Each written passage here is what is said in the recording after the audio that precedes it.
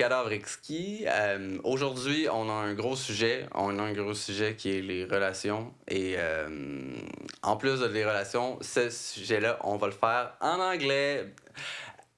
We will speak the English today, and I do want to apologize for my English-speaking peeps.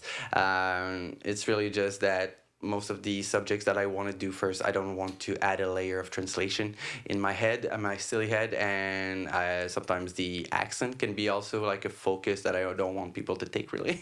So I do want to apologize. That being said, we have one very special guest today, Moni. Moni, everyone. Calm down, people. Hello, hello. Gee, you have some fans in the back. So, Moni, we're a long friend. For how many years? How many years do we know each other? 2009, so... 2009? No, 10. I rounded up at 10. No, I mean, since 2009, so, yeah. We met first time in 2009? Yeah, we went to Connecticut and stuff. Oh, okay. But I mean, like, when we started, like, to be friends and I got into your motley crew. Okay, well, 2010. 2010, because for me, like, 2010 is a very pivotal year. And also, like, it's just 10. It's good to just increment. So we can almost round up to, by the time I edit the video, maybe not because I have a lot of time to kill some people. But anyway, 15 years. 15 fucking years that we know each other. So it's been a while. Like, our friendship is a little teenage asshole right now. So, what? Guys, in English this time, what are we drinking? Today, we're drinking Springbank 15. I've been wondering what we were drinking for a while. Yeah, and right now, like, I don't even know why we're not even oiled yet, but we will remedy this situation as of now. If you want to, here we have a single water dropper. So if you want to, like, add some, because sometimes it opens up some flavors. So here, yeah. Once again, we're on the fancy side because I like to spoil my guests.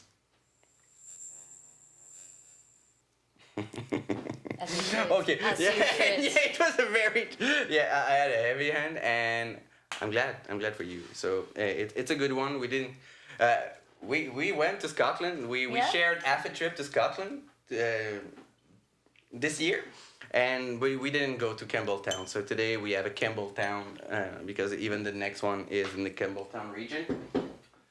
It's a hard region to find, and even in Scotland, it's hard to find fucking Campbelltown. So, so this is fancy. Yes. That's what we're saying. Cheers.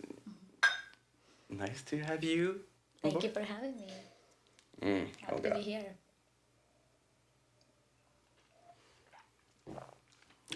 That's really nice. Yeah, it is. Yes. Funky. Yeah, it is. It is really nice. Unique.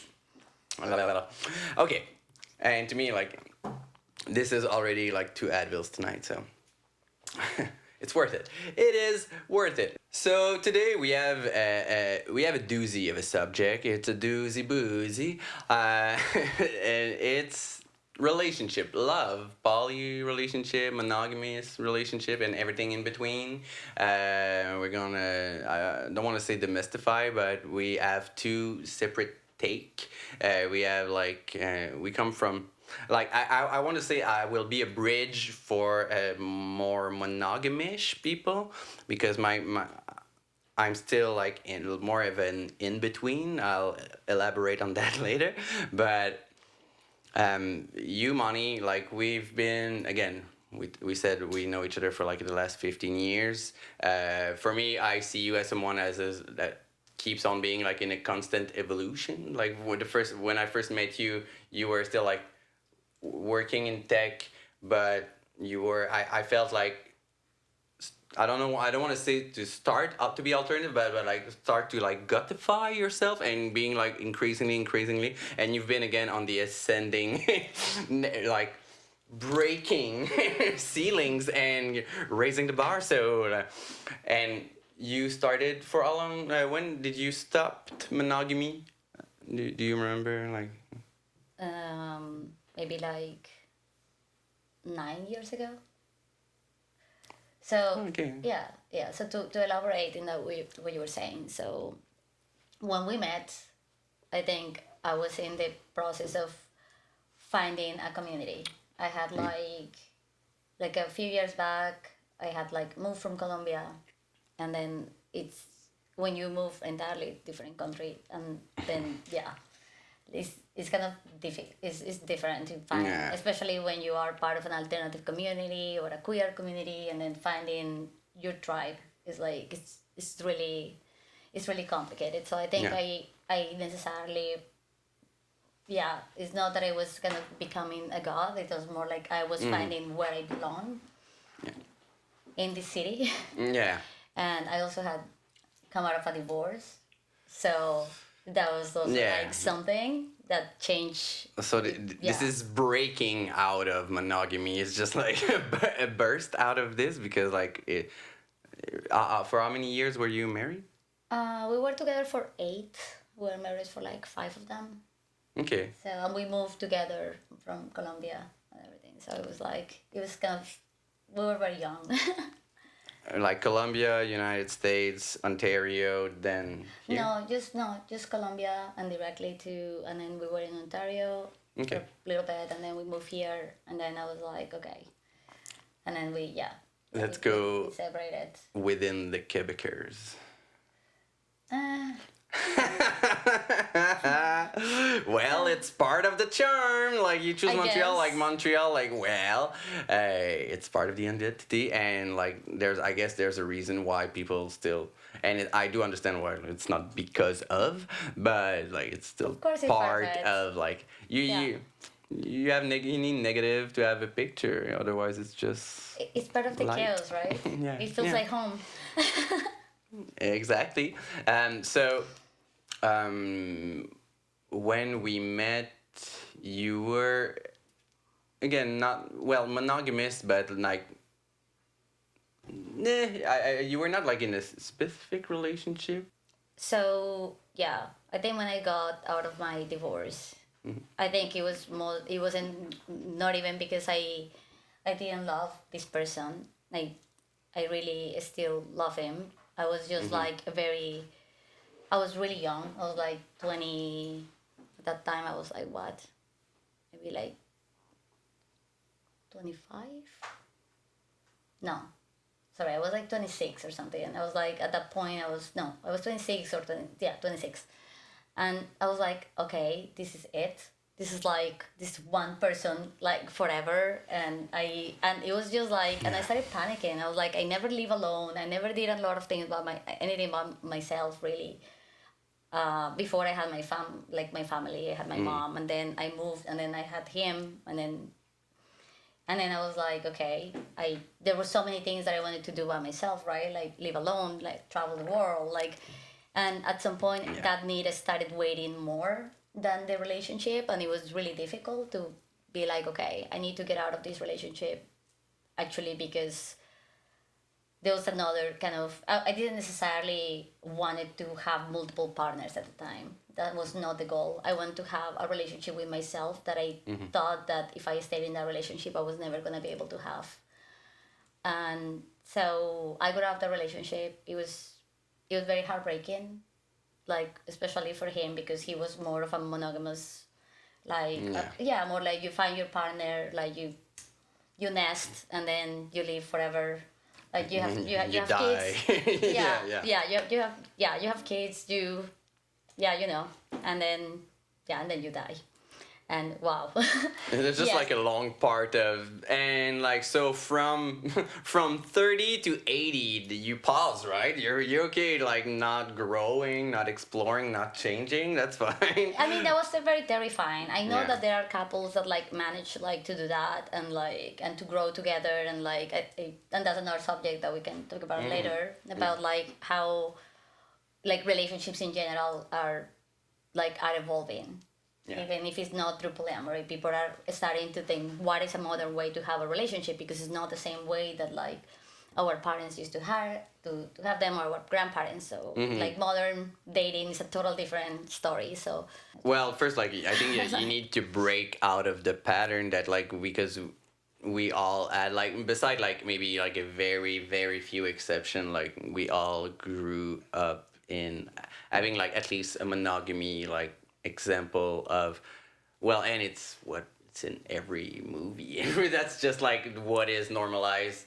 So getting out of that, like it even before considering it, it seems like a wild idea that is like, no, that's not what I want, until like you have to kind of contemplate the fact that I yeah. think that's need to get in there and And something, yeah, and I come also from I'm from Colombia originally, right? And it's a very religious country, so everything, even like monogamy, has also like a moral stand, right? Like you get married in a Catholic church, and then you're like, and then it's not just like the society is telling you that you have to stay together, but also like God will punish you if you don't.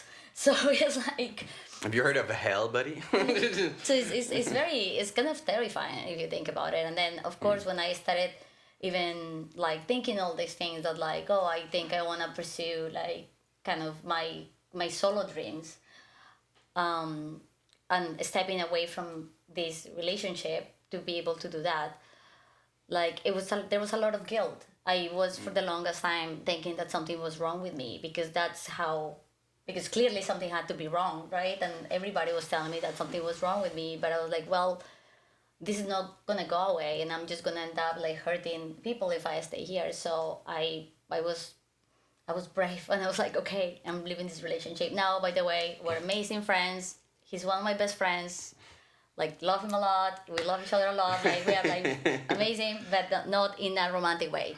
But yeah, and I think like there's kind of a double standard that it's even tougher to break out of when you're women, because like it's way more normalized, like not in a monogamous, like not in the you're supposed to acknowledge the reality, but like there's always that kind of like bullshit, well, men are hunters and men it's normal to live, and so even though like it's still frowned upon and it still goes into like usually the cheating zone. So, and I will get to that because a lot of people still rather cheat than considering poly or non-monogamous relationship, and that is interesting. Like to me, like fun fact, pretty much all of what I had going on, like or like flirt that I had in the past was people that are in monogamous relationship that rather cheat than like, you know what, I'll make the effort of breaking.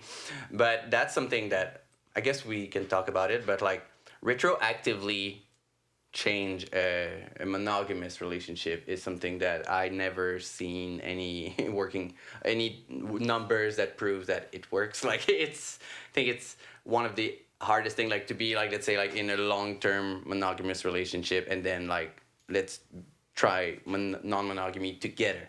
Like it's, have you met anyone that is still in a relationship that used to be monogamous but now is non-monogamous and they're still I mean, that's what we did with my partner. Like when I opened, Okay, okay. when I became poly, that's exactly how it happened. We were like 2 years into the relationship. 2 years? Okay. And then after that, well, it wasn't a smooth transition. Yeah. But we did transition from that, and then it's something that we both wanted to explore. So yeah, I find that it is totally like a valid point if you wanna explore that as a couple. I find that it is difficult when one person wants it and the other one doesn't, and then they feel that they are forced into this lifestyle, and that's like really difficult. And that's frequent. That's frequent that like one person needs this, the other one don't want to lose this person, and it's sad because like both sides are valid. Both sides are understandable. Like you can see why some like the I have one life. Like there's something that like I love you, like but I have other needs, and it doesn't mean like because I think the first thing that most people think of is like sex. you need to like go elsewhere. But Yeah. no, usually there's a lot of things that a relationship that you might be lacking, that you might need to want to get from other sources without feeling shitty about. Or I think there's something about the transparency that is like super important. And, yeah. I think as humans we want connection. It's not necessarily sex. It's like anything that is. I think we want connection, and we don't, and we want to feel that even as we age and stuff, we still can get that. Yeah. Then it definitely comes from there. But I think it's also when people want to open their relationships as a couple, I find, and one person like is just monogamy is what I want. Like for example, at the time I didn't ask my ex husband that like if he wanted to do it because I didn't even know that existed or that would be a possibility. But if I knew and I asked him, I knew he would have been like, no, this is not something that I would do, right? Or and even if he try and you see that there is struggle and stuff, I think there is also, I think there is something more kind instead of like keeping them there because they don't want to lose you, in actually letting them go, Yeah, of setting course. them Yeah. free, and then don't torture each other. Like if you both are not like if you both are not sharing the same ideal or the about like growing in this direction, it's just gonna be painful. Yeah. And it's gonna be traumatic as well, both. So yeah, I think being very honest with each other and restructuring early on is the way to go. But I know it's really hard because And that's why the other side, like usually like some people will keep the lid on it until it boils over. Like it's just like, oh, okay, like I need more, and you will get maybe like closer and closer to cheating, and then so I'm like, well, and I don't think that it's a rare occasion that people kind of retroactive like that cheated, and then will try to make that okay by like opening the relationship and kind of, but it gets complex because like I think monogamy is monogamy, but non-monogamy is like an ocean of like different kinds of relationship because there are so many layers, and I think that you as an example that have different kind of poly relationships, and I don't like as like let's say like a solo poly or like someone that has like um you had like a long-term partner for a long time during in the poly relationships. yeah, I had a few. Yeah. I mean, yeah, like the person that I was with when we opened the relationship, I was poly with. We were together for 10 years, Okay. and I had another partner like simultaneously, and we were together for like 6 or 7 of those years. So, and at the time, I had mainly these two relationships, and it was like, we were friends with each other. Like, the three of us, we were not like, that's the question that everybody asks. So I'm just gonna go and answer Yeah. right away. We were not romantically involved, the three of us together. They both were my partners separately, but we were all friends together. They were very good friends, but like, they didn't have a romantic relationship between both of them. You did make the tour of the Gaspésie all Yes, together I to get in did, my we did hood. it. That was really cute. That was yeah. a really cute family activity. Of course it was. But yeah, and so like two main relationship and sometimes some buffer to like an orbit like third one like in one Oh is yes, one. one. I had one that like was not the greatest, a little toxic, but like there are lessons. yeah.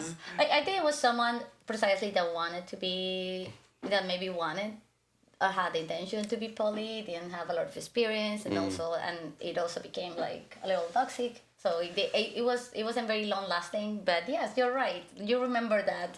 I Maybe remember. my brain kind of like I remember suppressed everything. that one. But yes, so I had that one. Unfortunately, I'm not with any of these like two people anymore. So now it's also at some point when I broke up with one of them, and I still had the other partner. But when that happened, I felt that I didn't want to find like another partner right away. But I started using kind of that extra time that I had now to to focus on myself. So I started traveling a lot. So the way that I was describing it is like my other relationship is like I had two partners. One was like this person, and the other partner was myself. And it was even kind of even my primary relationship. It was I was traveling, living my life, like doing a lot of things that were very, very solo. But then I could still but I still have like someone to come home to. You know what I mean? So it was really, and I think that was kind of the best that I have. I also have, and right now so at the time I also had another partner. She's more like not like an orbital partner, someone that is that doesn't live in the city. So I see when we see each other, then it's really cute and stuff. But we don't necessarily have to be there for each other the whole time. So She lives across the country in BC. So yeah, so it's a little more complicated to that, but also it kind of teaches you that like relationships don't have to be the standard that we are like taught. Like let's say with my husband, we used to see each other every day for literally like 8 years. So it's so rare that now I'm like, well, you don't have to see them every day. Sometimes like you don't necessarily have to live with them. Like it's just it's kind of is like it's the concept of individuality and like missing the person and going back to them is like kind of very exciting to me now, more than like just having a little bit of more codependent relationship. That is what society and the media sells you, and that's what they want you to do. And I think that we decide how we want to like break out of that, and that's what it works for me. Doesn't mean that it's necessarily what works for everyone. But because it's a challenge to get used to, and because that's the thing, and that's what I said, that each relationship comes with its universe. So like it's not like you have a pattern for poly. Like when people ask you, like, well, did even ask me, like, so like your relationship, and it just throw like all of the cliche arguments, but like no, wait. Usually most people just think like orgies, and it's like no, it's like it's a relationship but plural. It's like it's same thing as the monogamy with like commitment and conversation, boundaries, like make sure that, and it's just more complicated. So yes, you have more freedom, but it's more complicated. And to me, that's where I have like my doubts, and it's not as like a concept. It's really knowing myself. Like I guess I can use some segue a little, because for me, I've been in long-term relationship like over if cumulative like 15 years of like a monogamous relationship, and I came from I started like falling in love when I was like a kid, and passion have always kind of a blurring effect. When I love someone, there's like something that almost unhealthy, and even as a kid, like I just see this person, I just there's something about like this kind of love. I'm still searching now to this day. Like it's something that like ideally I would like to find this kind of love that can blurs everything around, but I'm getting more and more like intentional or realistic / pessimistic that like it's not gonna happen again, like that kind of. And especially that I tie it to my childhood, like that kind of like that awe of like, no, like right now I have baggage, the person I will meet will have their baggage, and it's just two people that will cross, and just the improbability. Improbability. Yeah, I was missing some syllables in there, but.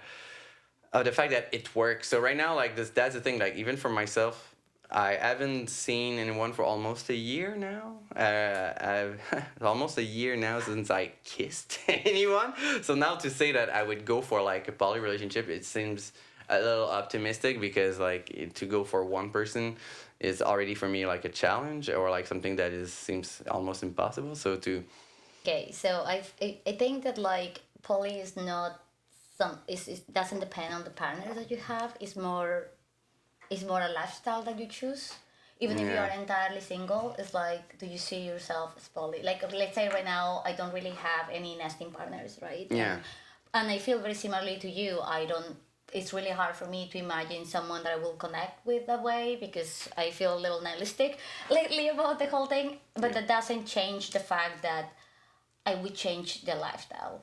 You know, the fact that even if I end up just with one like thing, having one nesting partner or something, I wouldn't be like, oh no, now I'm monogamous because I'm only seeing one person. I only would be like, okay, I'm still like poly because I'm poly by because it's the lifestyle that I chose that I choose. Yeah. I choose that like that to still be open to other connections to still you know what I mean. So I feel that let's say if a monogamous person like is single is still monogamous.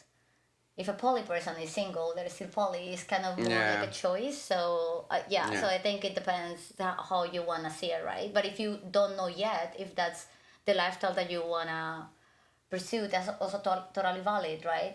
Also, it's not a black or white. People like Yeah. see polys having like multiple partners and monogamous, like you don't see anyone. No, there is a huge like gray zone in between. There are still monogamous couples that try kind of to bend those societal like rules of monogamy, and they maybe open themselves to experiences, maybe to experience like connection with someone else as a couple, or experience Yeah.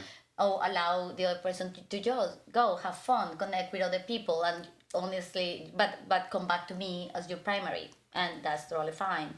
There are other people that are like, no, I want to be like more poly. I want to have connection with people, with other people, and I want those people to have kind of similar priority, not just because hierarchy is a huge, Yeah. it's a huge subject in poly. But I find that it doesn't have to be black or white. You know, someone doesn't Yeah. have to be. What does it mean to be monogamous, and what does it mean to be poly? And Yeah. And I guess we can elaborate for like the viewers, like there is a sense of hierarchy in poly relationship, and that's what we mentioned, like the debate within even is it the polyist, like the polys? I'm not, the polyfox. yeah, the fuckers, the ones that fuck, that hierarchy versus non-hierarchy. Like, so I have like a main partner and I have like secondary partners, or everyone's equal, and it's a hot take sometimes. Like some, usually it's Twitter that are people are very non-hierarchy, or like, no, I have a main, and that's how. And I think once again, two sides are valid because it just depends on the boundaries set up by said relationship. I don't think there's a frame that works with everyone. It's unrealistic to think. I mean, as long as everyone involved is comfortable Yeah. with where they are, because to be honest, I personally stay away from calling people primaries and secondaries because no one wants to be called a secondary. That's not a title that I don't think anybody likes. so I was so a secchi. yeah, I don't. Yeah, I find there are ways, like different ways to rephrase that. I think as humans, we're Yeah. always, even people that say that that's another take that I have. It's very personal. I don't really Yeah. believe in polyanarchy. Some people, polyanarchy is when like we say that all the relationships are, all the other relationships like have the same kind of hierarchy, right? And that like I think that's impossible. Even as humans, we always have hierarchies, right? All your friends don't have exactly the same hierarchy in your life. No, you say like, oh, this is my best friend, or this is and you can have a couple of best friends, right? Yeah. But imagine that everyone you know has exactly is your best friend. It's impossible. We just put hierarchies in our relationships, no matter what. It's the way that we work, and I think being just kind of honest and kind and compassionate about how we go about it is what matters. So even though you have maybe a best friend, you can have also a friend that you see less, but you also care about them a lot, and you don't necessarily say, oh, you're a secondary friend. Yeah. No, that sounds really Yeah. shitty, you know. But you can tell them, yeah, you're still very special. But maybe we have a type of relationship that we see each other less than you see your other friend that you're more involved with, and no one needs to feel, let's say, I'm pretty sure that your friends that are not your best friends don't feel jealous of your best friends, because then I think that would be a problem. Is that happening, right? So I think rephrasing how we see relationships and just being very like honest about what you can offer in a relationship is very different than just categorizing it by numbers. Yeah, because even the friend factor is a good example, because like the best friend, like for me, I never really said best. Like I don't have a lot of friends anyway, but like to say best, like to me, like as soon as you're a friend, like you're kind of the best friend, because I don't have really friends, so like you made the cut, so that's. So you're a friendship anarchist. But the thing, and I was going to say, is like the best is defined by the moment of your life. Like yeah, I don't think that sometimes It's true. Yeah. like right now, like I'm in such like a chill, like a healthy part of my life, that there's something about again, like right now we are a polar opposite. That's something that we said, like we talked not long ago, like the fact that right now I'm in a seclusion, I stay home, I read books, I don't see anyone beside my daughter. You are traveling the world, expanding your brand, you have like so many things ongoing, like we are. But like again, to for me to quantify this as like one like the best, it really depends on where you are in your life. And for me, like it's always, I never took personal at some point if like someone I'm close to as like a new friend that they see each other, because most time I'm like, ugh, I would not go, I would not like to do whatever they do. So I'm glad that my friend as that feeling, and I guess we can segue into the cheesy word of compersion. Aww. There's no "aw" in my. No. Then we can do The it. compersion. So let's educate the crowd once again. So compersion is kind of a made up word. Well, all words are made up, but yeah, they are. Compersion is it derives from compassion, duh. But it is the feeling, the warm feeling you get from someone you love having a positive experience, and With that's somebody else that is with you. somebody. Yeah, important part, that with somebody else that is not you. And that's something that for me, I think that my lesson I got from my single poly relationship was this, like to kind of be better at this. And I managed to, and it was fine, but to me, it was still applying to even friendship. Like sometimes true. it sucks to, oh, my bestie has like a new bestie, and they post like a lot of pictures together, and they hashtag besties. I think to have a person you love experience something that you are not part of is a lesson that is humbling, and it's not the easiest one, but once you crack this open, it is something fun, like to kind of break out of like your own selfish, like, oh, but I'm not there. That, why are you feeling good? Like there's something that it makes us, I don't know, uneasy. It shouldn't. Yeah, but the reward of this feeling is really beautiful. I mean, I find that once you manage to, I mean, if everyone communicates, everything feels like safe. For example, like, I don't know, like I have this, I have like maybe this partner, and I start like maybe I go on a date with someone else that I'm seeing, and then this person also feels that when I come back to them, and they're like happy that like, for me, that I went there, it made me love them even more. So Yeah. when they see me, I love them even more, and the connection is even more intense. And then you feel that like when you give someone, when someone feels that like you're happy for them, that they're doing that, it just like it strengthens the bond. It's something so beautiful. And I'm not saying that you have to feel compassion all the time. Sometimes you don't. Sometimes you just have to be respectful of what's happening. Comparison is not a lot of like, so this is another subject. I think it's so hard. It's such a deep subject that it's hard not to stay focused. But like in poly, a lot of people like, oh, what does it mean to be a poly person? That you always need to feel compassion, that you always have to feel happy, that you always no, that's not realistic. We all have triggers, we all have traumas, we all have things that we need to honor, and we need to take care of ourselves. And and that means that you don't have to be this perfect person if you feel maybe like threatened or jealous, and then when your partner comes back you need reassurance and support and to feel like like held and like you're important and you need to be reassured of this. That's totally valid. You don't have to pretend that like that you are not good, that you're not good enough, or you're not like good of an enough poly person because you are not just feeling compulsion 24/7. I mean, it's okay. And I can say for a fact, for like a non-monogamous newbie, when I started, that was something. And for anyone that transitions from monogamy to non-monogamy, that is kind of a place of like that is tricky, because like you do want to be positive, you do want to show compassion, but like how do you express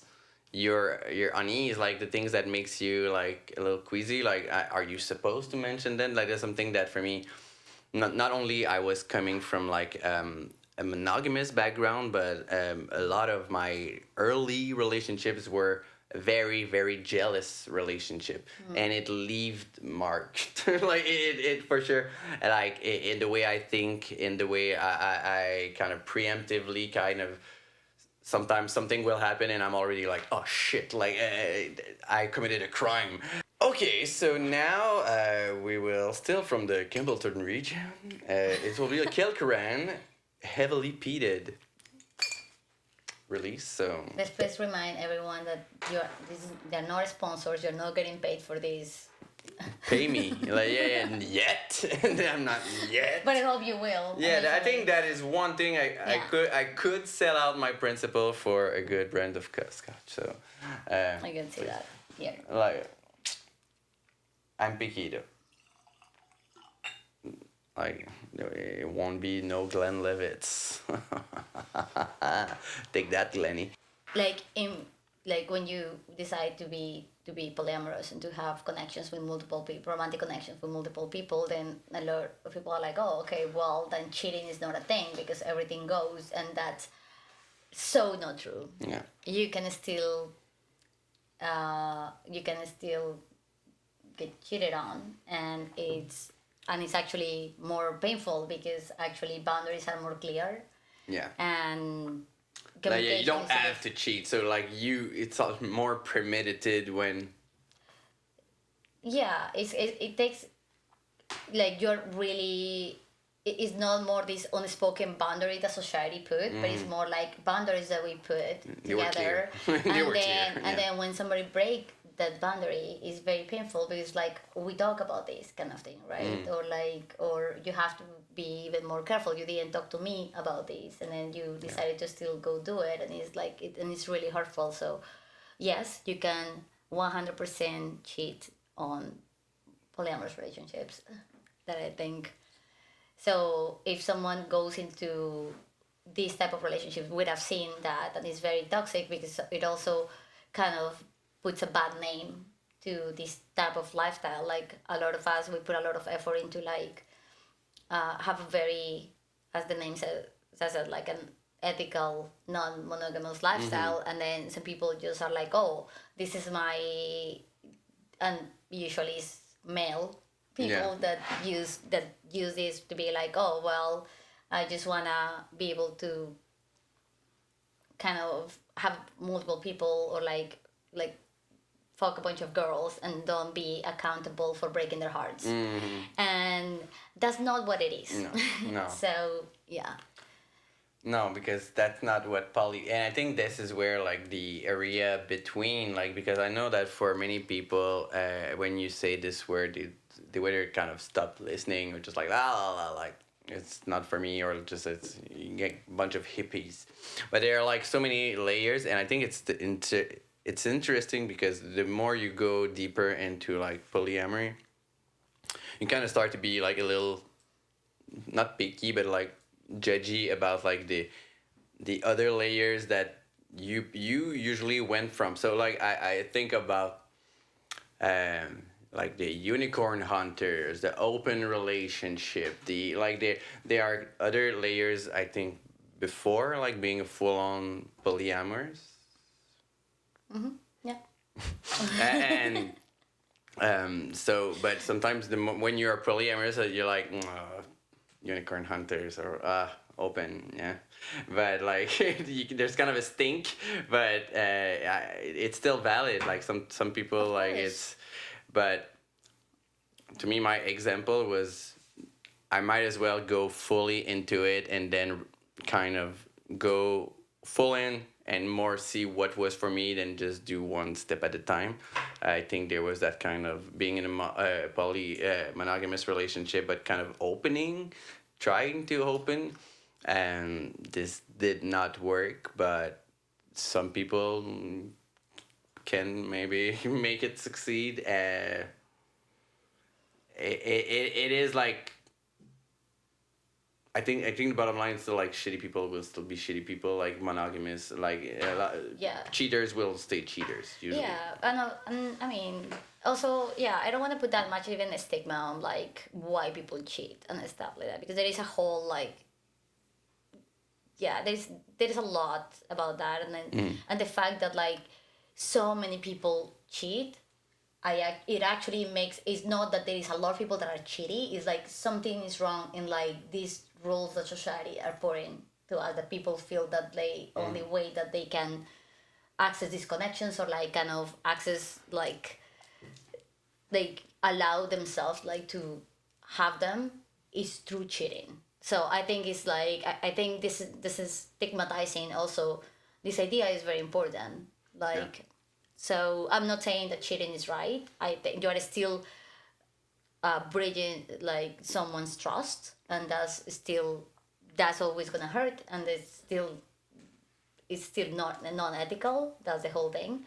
But I think there is a deeper conversation like around that, like why we as shade. And I think there is a lot of like very interesting talks on YouTube and stuff about this. So I'm not gonna go. Let's not go about that. I just don't want to stigmatize that much the cheating part, because I find that opens a bigger question. It's like why is everybody cheating, right? It's like should we just like start having a bigger conversation about like what relationship should be, what humans, you know what I mean, be kinder of like, because there is so much guilt about that we have stigmatized when we get out of this status quo of monogamy.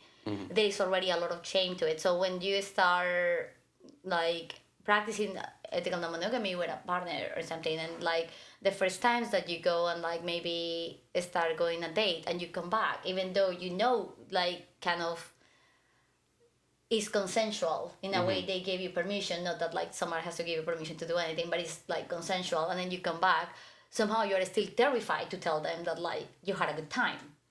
And then I think what builds these relationships in a constructive way is when you come back and you tell your partner like, yes, like so how's your night, and you're like, actually it was really nice, like I don't know, like I had an amazing time with this person, we did this, or went to the movies, then we hang out at their place, and then like, and I'm very happy, and then they tell you, I'm happy for you, I'm happy that you're here, and then you get and like leave, go back to your relationship with this person, and that positive feedback is what starts breaking that guilt. Yeah.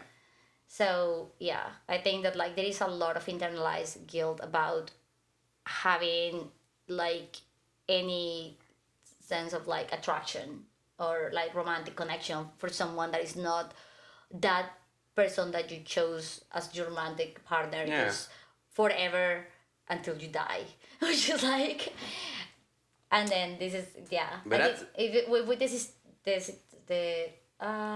is stigmatized that, then I feel like people will cheat less, you know what I mean, because then you know how the forbidden is the most wanted. thing. Yeah. And I think if it wasn't forbidden, I think people would be less like likely to cheat. Or that's my theory. I don't know. Because well, I can already say that it's kind of a challenge, and we can like segue into like what you want to talk, and I think it will go organically, but like a lot of relationship that are not that are monogamous that would consider. I think there's like the big stigma is mostly from the male standpoint, because like the male always was like not enabled, but like it's biological. I'm a hunter. Like I need like more women, and that's kind of normalized. And also there's the like just the math, like the guys that will kind of hit on like many girls compared to a lot of men are aware that as soon as they open the relationship they lose just by math. Just the fact that like the female partner will get way more demand by than the men, well, in most cases. And I think that for a lot of like scared men, like that's one of the, so they would want even to do for themselves, but they don't want to they don't want to open that door, literally.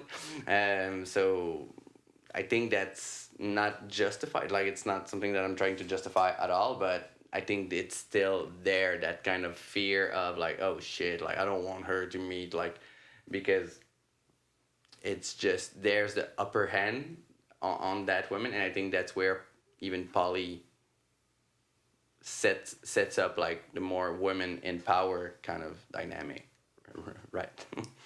Yeah, like I mean, definitely. I find that in a like, yeah, polyamory in itself is a feminist movement, right? Like it's like like men, one way or another, always had it's always been socially accepted for our like male counterparts to actually yeah, to cheat or to have like multiple partners, even if they have like one, yeah, one main partner. Is okay to like have affairs, to like it's like boys will be boys, right? and and and women are always, if you dare to even look at someone, is like immediately you are a slut shame, right? You're a whore. And not even by just men, but also by women, because Yeah. society, they taught us to do that. We have to be good girls, we have to just like, yeah, like be is ironic, right? Like be sexy but don't have sex, like Yeah, it be is pretty like, but not too provocative. the Be like, it's Madonna just, whore complex. it's yeah, it's so absurd, the standards that we have to live like up to. So regaining that and being like, we want this ethical non-monogamy, it actually comes more like from women. And don't get me wrong, I've seen like women being really bad at polyamory, but like it's actually, but I've seen more like male people being really bad at it because just of the mentality, right? We come more from this empowered point of view of like, we are trying to like to regain that authority over that agency over our sexuality, our body, our everything, and just be like, it is okay to Yeah. what kind of reclaiming what men already have, that a lot of that privilege, right? So yeah, so I think it's, in a way, it ends up being a little bit more challenging for men to do polyamory than for women. She's like very, is I think it's a total more deeper conversation, but like, Yeah, but it's a valid one, and it's like just that's why, like, to be positive about it, it's just, I think it's, men have to do a little more work than women to get there comfortably, and it's worth it. And it's like, it's valid that we have to do more work. Like, do it, motherfucker. Like, there's something about, and like, even then I heard some double standard, like even in poly, the fact that you can meet people, but it could be like It could be a woman or another woman or a trans woman, but like no other dicks. Like I'm the only dick. The like, one penis policy. Yeah, the one penis policy. That's yeah. Yes, I mean it's very I mean of course I don't like that type of. Also, I'm very queer. I'm entirely pansexual, so for me it's like, doesn't really like that wouldn't like I don't believe in that. I also think that like people should just like sex is sex. It's just like and society tries to always have put so much emphasis around like the penis like Yeah. so, and I feel that we should stop trying to do that. I understand that it's like complicated for certain like people, especially when they're opening their relationships, and they maybe at the beginning. I think there's like a phantom muscle effect that it's still like kind of, even in the more elevated men, the one that did the work, like there's still that kind of competition mindset that even if we fight through it, there's still something in the background. And that's something that I told you about at some time that I feel like, are you sure that this person's comfortable? And you're like, yeah, sure. I'm like, because there's something sometimes about people, what they say, because they actively, like, let's say in the id, in the self, like, they know that they have to say this and they believe it as they say it, but we still have like the inner. So like for me, I'm someone that is like, I'm a man, but I'm so not manly or masculine, but it's still something that sometimes I do find, like when we go in a bar and then let's say like there's like a pretty boy, and usually like there's something like the pretty boy will like give me a look like and then I'm like what the fuck you, and there's something about like just an inner competition. So I think that when you start seeing like other relationship, that kind of alpha mentality that I'm supposed to be like the top one or whatever, like again from a hierarchy standpoint, but the fact of sharing is very counter masculine, like all of what you are kind of being taught as a man is been completely negated by this, like, oh whoa, like because everything it comes from like protecting your girls, like there's something about. Yeah, there is a sense of ownership, right? Yeah, like, yeah. That meant like she's my girl. Yeah, stuff to like unlearn that. this. No, when nobody's anything. It's just Exactly. like, Yeah. But you're sharing like that, Yeah, and I find that that's maybe what you're saying. That is more. We were saying that is more maybe complicated or more challenging for men to actually like be poly, because they had to fight this like. This ownership thing. It's like and it's the same part where like the one penis policy comes like and you can say as many plays a girls part. as you want. It's kind of hot, but like ew. Yeah, and then, but if you bring another girl, it's okay, because then like I'm the only penis in the room, right? And then like well, like I mean I also like girls, so that's fine with me. But actually it's very interesting, and I'm gonna share this. But like. I actually am not that much into threesomes or stuff like that. But when they have happened for me, I actually it 95% like of the times it happens because I am into the girl, and not because I am trying to get the guy through the girl, right? He's just he's a lucky bystander. Yeah. So and then like, and actually I try not to, and I try to use I'm like word they use the word use. I use the guy in the threesome to just be Poor dude. more like just like kind of like be a tool of empowerment for us to and because I find that it's also a way to so that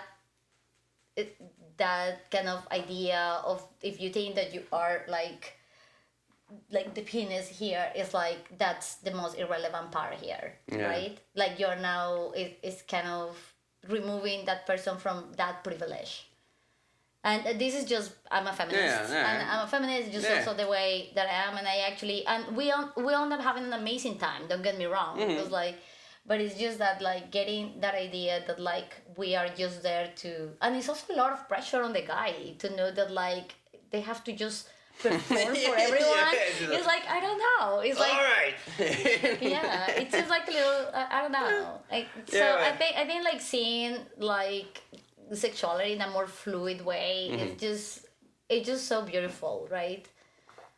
But okay, well, I think it's just being said over and over again, but there's still something different about like a two girl, one guy dynamic than a two guy, one girl dynamic, because this is a little more brutal and like girl, if you get your go, but it's more intense. Like when it's usually like two guy, one girl, unless like it's like bisexual or.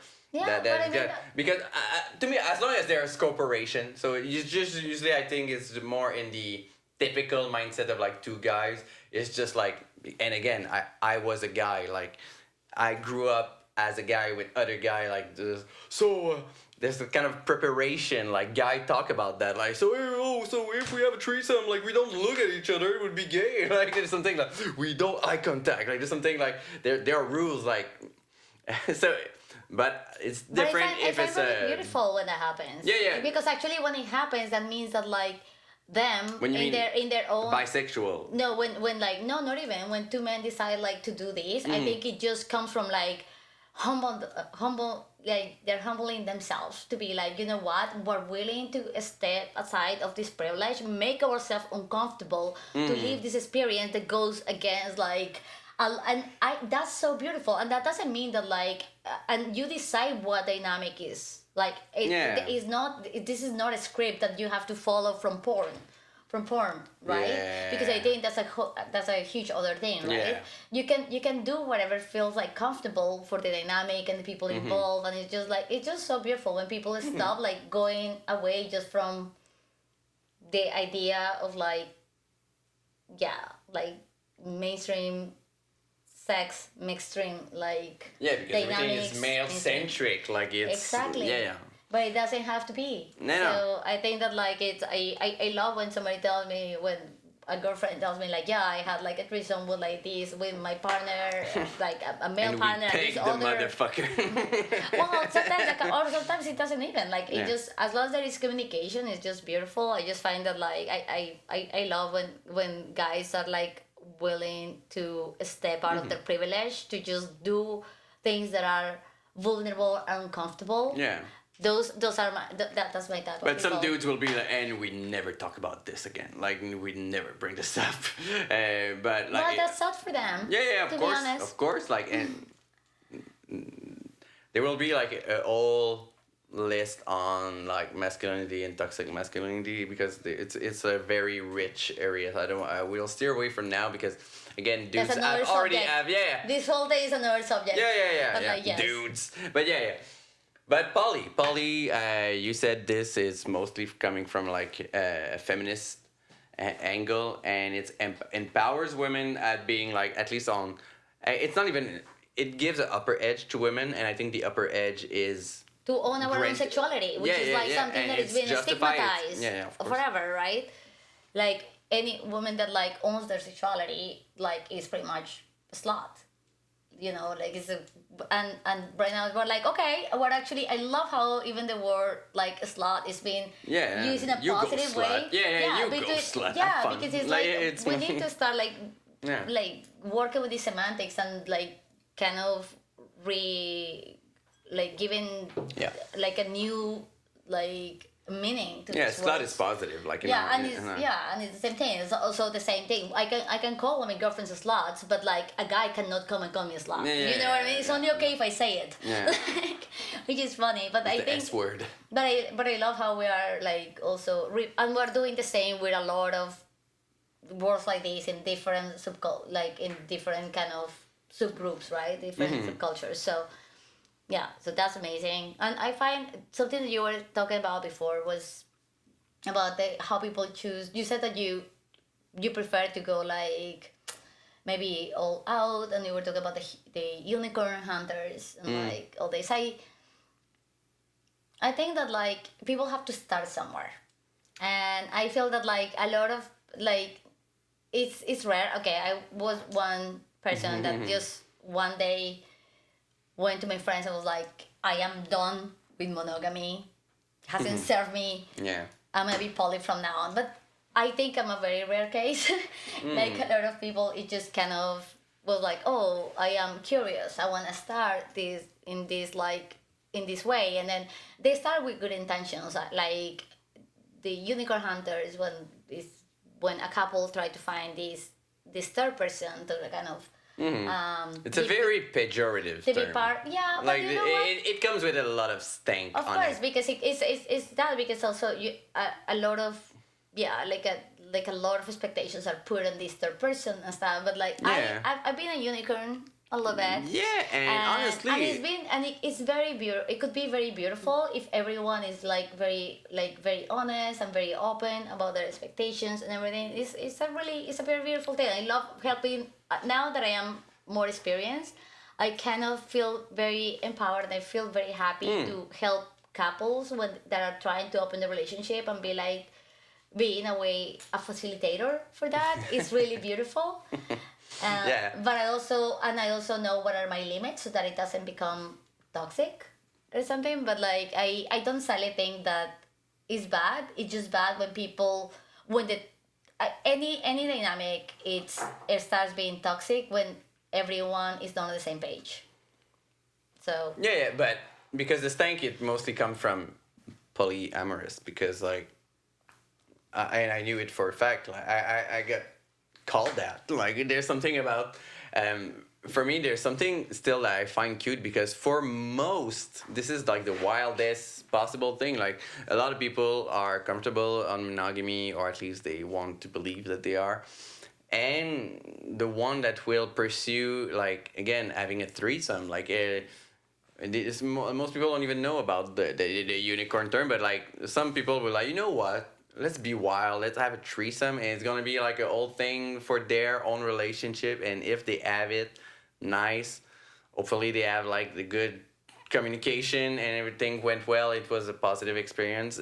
Sadly, sometimes it's not, and I think it's something that is true for everything. But it's like I think everyone needs to be just honest with themselves because that's the first part. If you are not honest with yourself, don't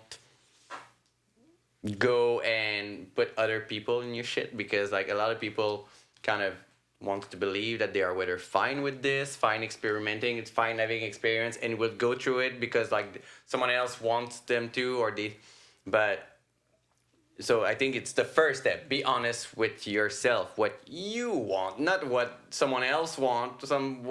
What you think that someone else wants. It's really needs to come from you. Because like it sucks to be to kind of know after the fact like oh by the way this person didn't want this. They just wanted you to be. But be honest with yourself and be honest with others. I think that we also have again the misconception that if you said that you were okay with something and then in the middle of it when you're doing it you realize that you aren't, then it's like it's wrong for you to say that you aren't. And it's not actually like you can actually say like I thought I was okay with this but I just realized I am not, and I think we need to stop or we need to like restructure or we need to like rethink the boundaries of this. And that's totally okay. And that doesn't mean that like you lied or that like you were not honest. No, actually it's really beautiful and I find that like that's a lot better than you trying to put up with something that you are like torturing yourself while it's going on. So never do that, please. No. Like just you have no obligation. It happens. You may think everything that is hypothetical. You could be like, I think that feels good, but then imagine you go like bungee jumping or something, and then you're like, yeah, I'm totally doing it. I'm super cool. And at the moment you are like about to jump, then you have a panic attack. You're crying, and then you are like, oh well, I already said this. I have to jump. No, you don't. Yeah, but instead of a rope, now it's a human being that is part of your trauma, and now like you shared that. So like. But that's it. You have to be able to like you have to be able to say no, and also on the receiving end, we have to be able to be all like compassionate with each other and be like, it's totally okay.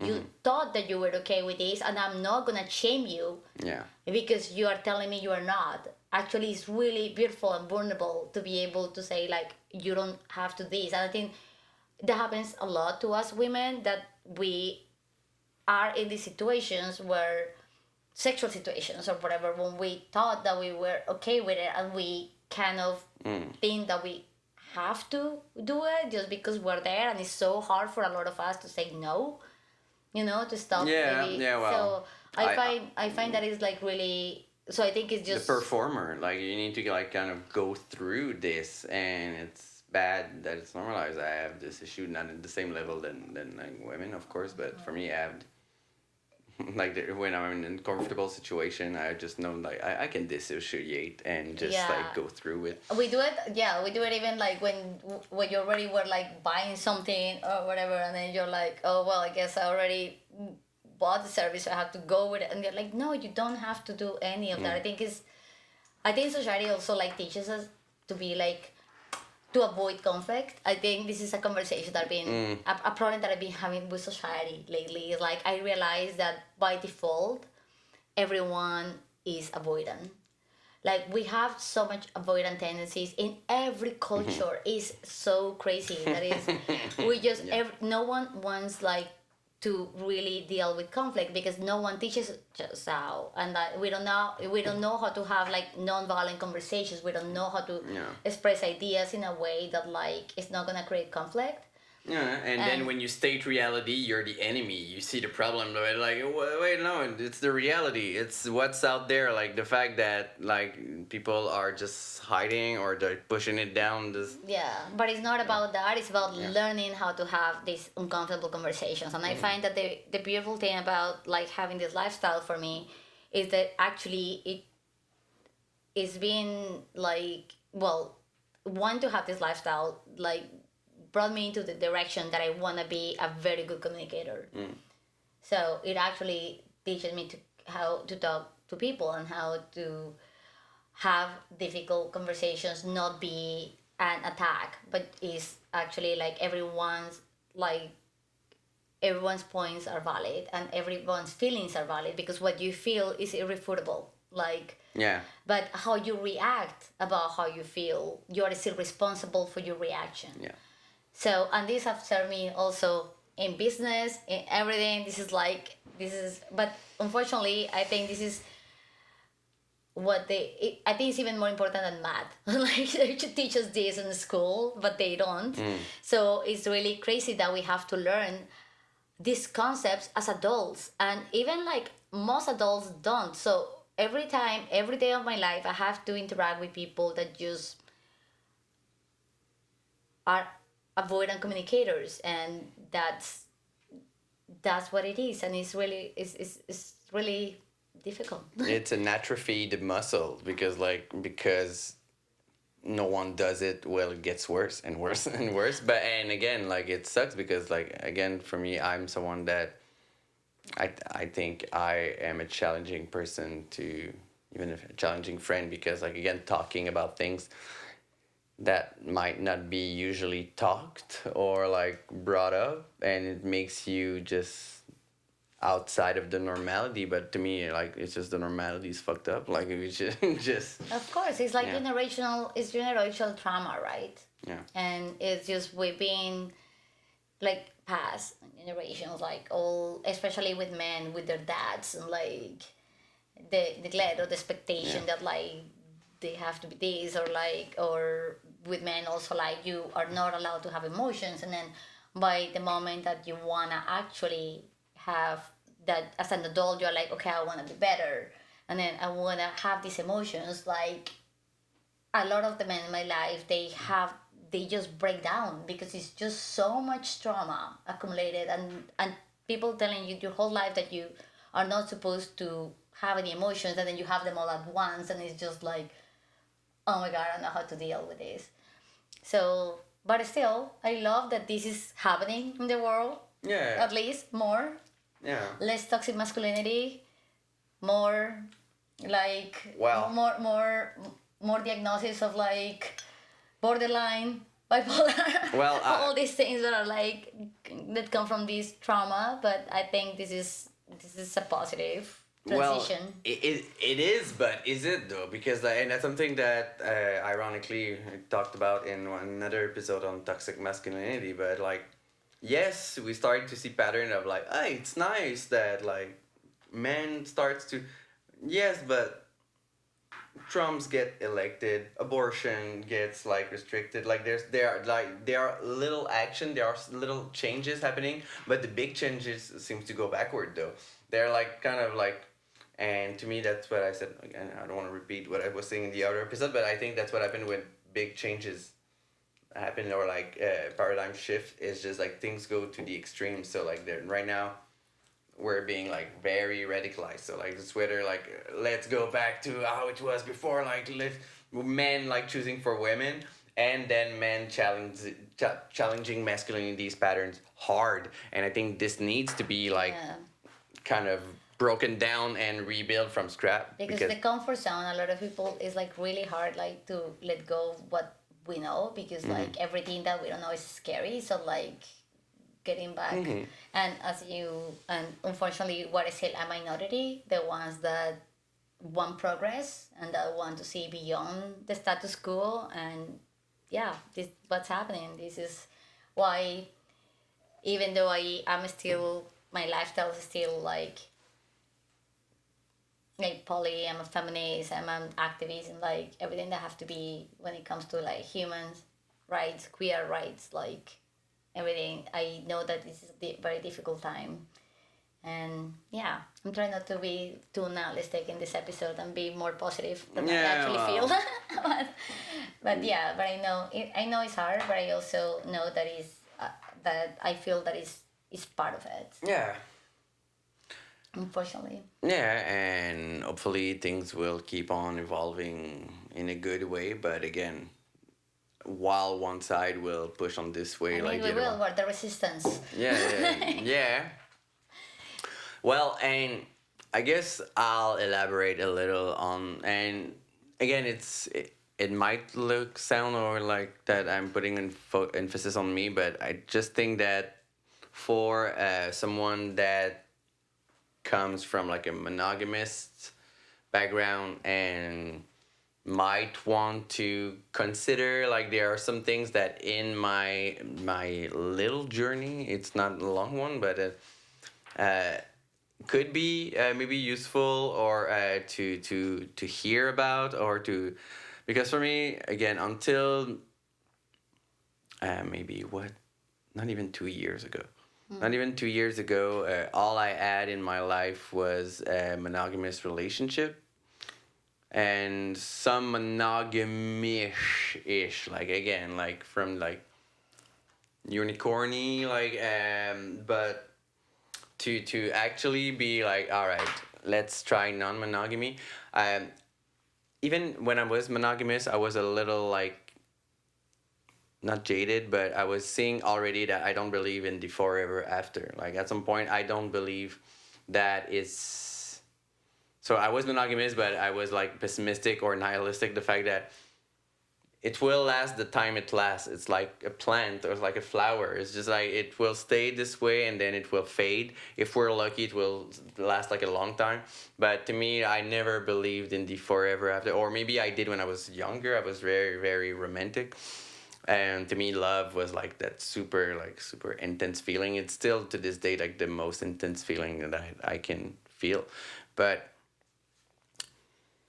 to kind of go again, like I won't really go into my daughters, but like that my daughter kind of opened up my art, cracked my art open in a way that now like love is, I feel like I have decimals left to give. Like this is weird that the way I feel towards like my daughter makes that I have to kind of have a fraction of this feeling towards like love, like for like it's different. So like just that was kind of weird to recalibrate from, and then to like know that okay, I won't do monogamy. Well, at that point in my life, like a year and a half ago.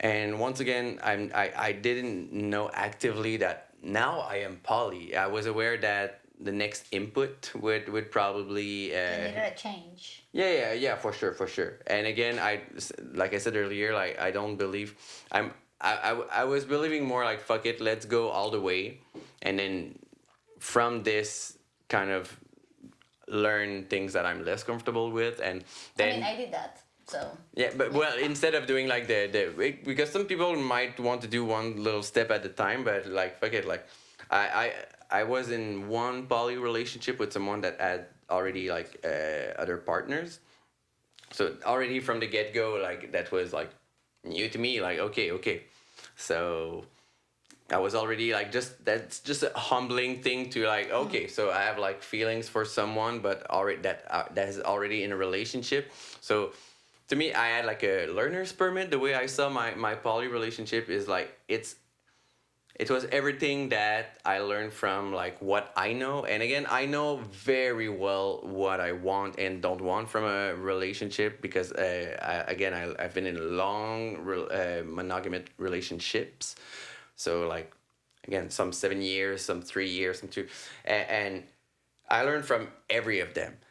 But now all of what I learned like had to be kind of unlearned because like a lot of things you're like, well, that would be maybe like a deal breaker. But now like since I'm like in a new territory, like let's learn from the experience. I like to say that I know I because of all the experience that I also had in the relationships, I know what I don't want, but I don't say I know what I want. I think Oh, what really? we want is like I like leaving that more open, but having very clear what I don't want is actually how I'm gonna set boundaries for things that are like could be deal breakers, could be things that like just Yeah, don't but go with us. But I find saying that you know anything that you want and don't want then doesn't leave really a lot of like space. you don't know what you don't know though. Because Exactly, like but I don't. But that's. I mean, I know certain things that are requirements, but but the things that are very important, the things that I don't want, the things that I don't want, yeah, of course. they're the most important. But I like to be more open to things that I want because there are things that I want that I don't know yet, right?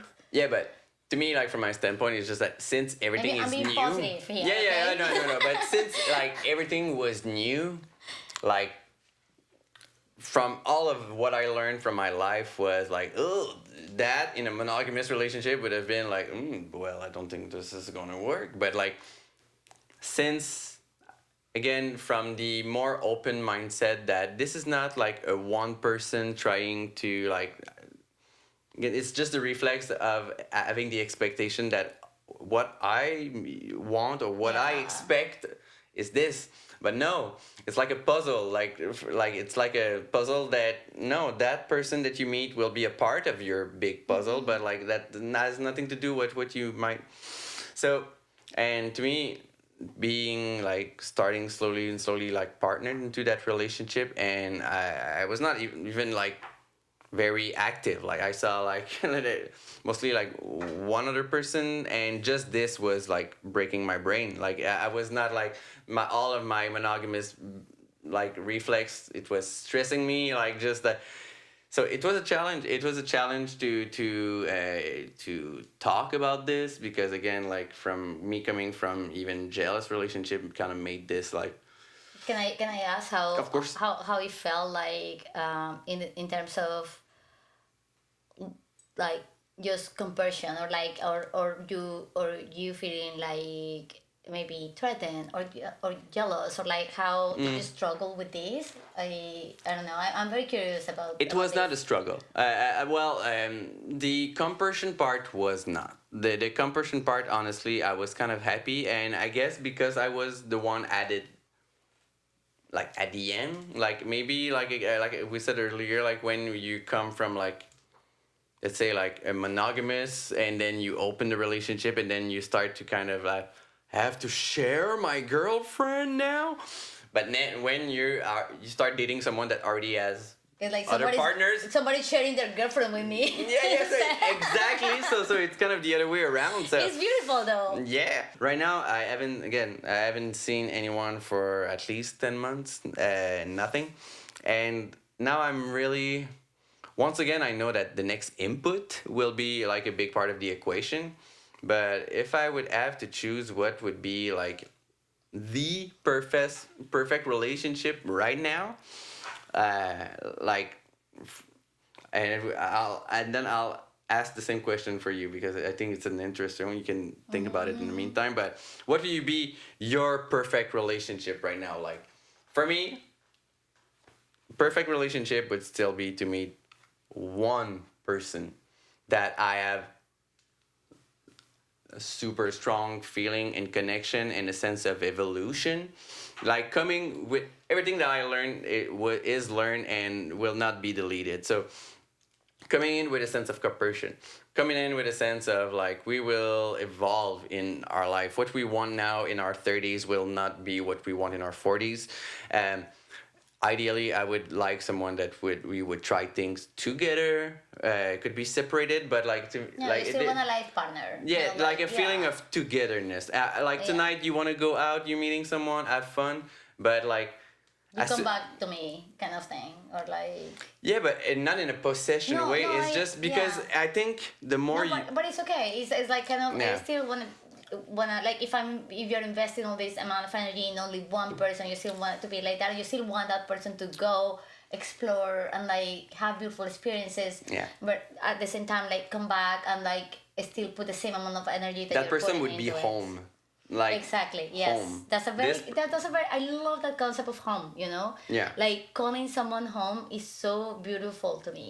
And I only have done that with like a couple of people in my life and they even though I've dated a lot of people, but like calling someone home is like the most beautiful way to explain that. Even in my own like even if I had my solo adventures and stuff, it's like telling someone you're home is like really, really like it's really Yeah. beautiful. It's better than calling them primaries or something. Yeah, or- like You can call her in home. You have both me and ho. So so it's everything is good. I wish we should have like some drums, you know, like we'll find it. calling It's someone fine. home is a little bit of me and a little bit of ho. Oh, you have it. I Yeah, didn't yeah. know that bottoms. I would have used it a bunch Yeah. of times. And the womp womp, but yeah. Oh well. But that's what I would like right now. Like before, like, and also the more like the last year was there was a lot of introspection. I stayed inside my place alone for most of the time, so I had a lot of time to think and time to get comfortable with who I am and know myself better.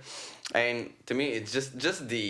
It's not realistic to think that I would have like 3 relationships. I have a hard time seeing like Yeah, I think One person. that is also the concept of like polysaturation, right? Like we like love and resources. Like Yeah. love is limitless, but time and resources exactly. are not, right? They're not. And I think that let's be very realistic. When people are like, oh yeah, a new partner came, but that's not gonna take anything from you.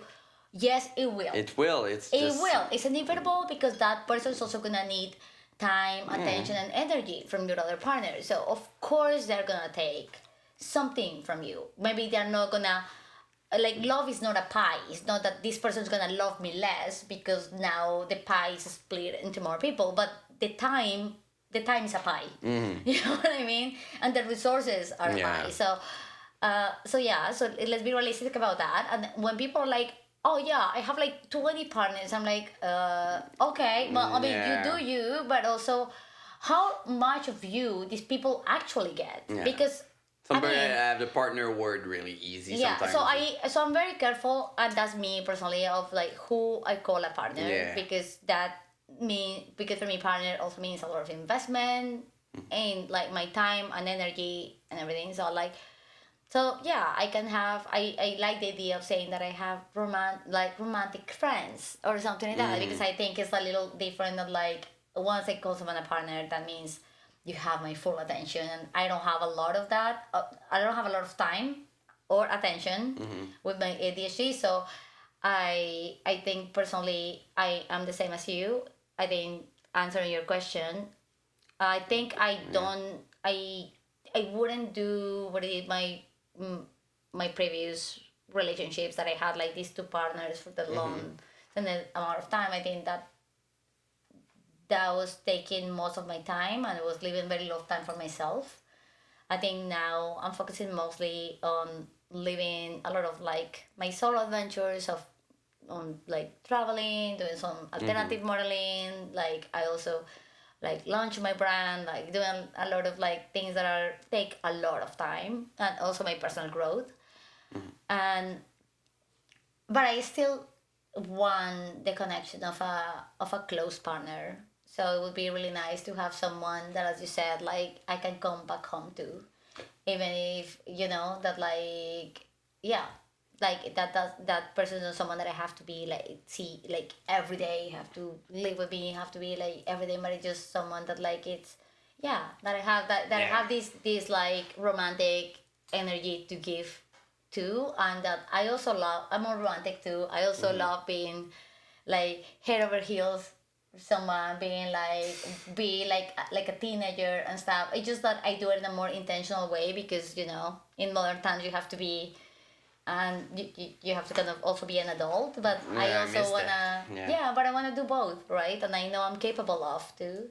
But I think that would be my ideal relationship right now, Yeah. and then maybe later on I will have more capacity to have more connections because I know that I can as a person. It's just but right now I think your question was right now, and my Yeah, question yeah, yeah, right right now now. I think I would like to have, but the fact that I only maybe want to have one like nested partner, that doesn't mean I'm monogamous, you know what I mean? It's just I'm still poly. It's just that like yeah, when people have like more than they can take, it's called being polysaturated. And yes, I think even that's what I would be if I have more than one like very close nested partner. I don't think I wouldn't be able to have, I don't think I would be able to give them like enough of my energy for that. So nope. Oh my god. Well, for me, I have a very small amount to give anyway, and most of it is going to my daughter. But, and to me, because there's one thing that it's true for monogamists, it's true for polyamorous, but because what you want from love and even sex, like it's different throughout your life, like what you need, like even for love, like for monogamy. So like let's say like the poster like thing about like the high school sweethearts that like spend all of their lives together, and it is like so adorable when you think about it, or when you say it, but actually when you think about it, it's just like because again what you want in your 20s is not what you want in your 30s, and it's not what you want in your 40s, and it's not what you want in your 50s. So I think it's unrealistic to think that one person will fill everything that you need. I think a lot of people will still put things in perspective, and at some point are aware that I love this person so much that maybe they don't give me X, Y, but this I know I have, and I would not risk it for the I world. think that's mostly the case. Yeah, Yeah. yeah, yeah. Yeah. And again, that is valid and beautiful. But to me, and if it comes with like kind of no afterthoughts, but if you do have afterthoughts, like once you should listen to yourself. But it's true. I think it's same for polyamorous. Like, and it gives you at least the option to kind of explore what you want and don't want, even though you might have like let's say like a core relationship. I don't want to use bad words, but let's say like you had like a long term relationship that is someone that you've been with for like a long time, but on the side you had like different kinds of relationship where you learn from when you. I think that is something that would be like a very nice scenario, but I think it's very rare. Like it is so nice that it's kind of rare. That Yeah, and also you have to be open to the possibility that one of those like side relationships may become really close. And if that happens, then like are you gonna be able to have that yeah, conversation with your partner, right? Because what if like when you are open to having connections, then you may have a connection that is just like, oh, I am as in love with this person as I am with yeah, this other person. And it's just like, do I have to choose? No, because then you're just defaulting again to the monogamous paradigm, right? So I think that, but as long as everyone is like is open to communication, it's just like compassionate and is like kind. I think at the end we all want the same. We want our loved ones to be happy, and we want to be happy ourselves. So it's not a competition. This is actually something that we're doing together. And I think the moment that we see it as that, then is when we succeed. Yeah, but And sometimes your partner's happiness is like to not be with you. yeah, like that. and- That's the tough and thing sometimes to yeah, swallow and at some sometimes point. if It's somebody arrives and then they end up like maybe like I don't know leaving you because they had like a closer connection with them or whatever, that meant that they were gonna leave you eventually. yeah. So it's not the fault of that person. Yeah. That means it's more the commitment and stuff. The fact that we're poly, that doesn't mean that we're not committed. I'm a very like loyal person actually. I'm very committed in my relationship. This is why I don't have 20 partners, because I rather have one or two, but I actually show up. Yeah. So yeah, so I find that I don't know, it's just you living for your own values as well, you know? Yeah. And expect that other people will as well. But at the end, Yeah. I don't want anyone to stay with me because once they saw that in front of a Jesus Christ in a church, that they were gonna be for me until death, do us part. I'm like, no, I want someone to choose me every day. Exactly. And this is Yes, how yeah. and this is what we're talking about. Like, I believe more in the present. A relationship, something can be long lasting, but it's long lasting because they chose me every day, not because Exactly. one day in time when we were 20 you promised me that you were gonna be with me until we were Yeah. 80. That's like Yeah. that's irrational. I'd rather they every day choosing me. Yeah, exactly. That's something that people don't really understand, that like in poly, like, that means that this person is with you because they want to be with you. Like they could be with a lot of different person, like literally they can. And that's sometimes just you can't expect the same for monogamous relationship, because sometimes it's just like I don't want to be alone. Like I'm staying with this person because I know I won't find anyone better than this, or like there's so many bad reasons that people stay together instead of no. In poly, the person is choosing and making actual effort so it's re-opting every day, because like there are other options. I could give more of my time to someone else, and no, I'm giving it to you. Yeah. So it's not. Yeah, It's all we have to give, right? It's our time, energy, attention, and like we have to be intentional about it. So there is irony, like a little paradox, that when you are poly, you slash your pool though.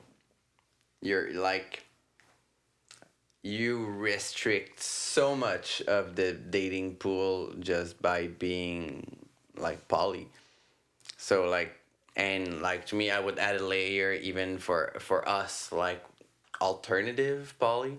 At some point, it becomes like a very small pool, and to me, that also one is like, if I have to look at the pros and cons, and at some point, like you're like, well.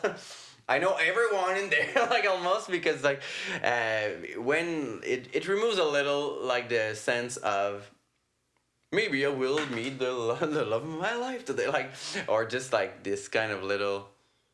It becomes like a very smaller pool of dating that you probably will have some friend over. Listen, yeah, things get entangled. So this is one of the things that I feel that we still have to kind of yeah, acknowledge. that is limiting. But I think also knowing, like, okay, for example, when I go into the dating pool, right, and I connect with people. For me, like being poly is non-negotiable.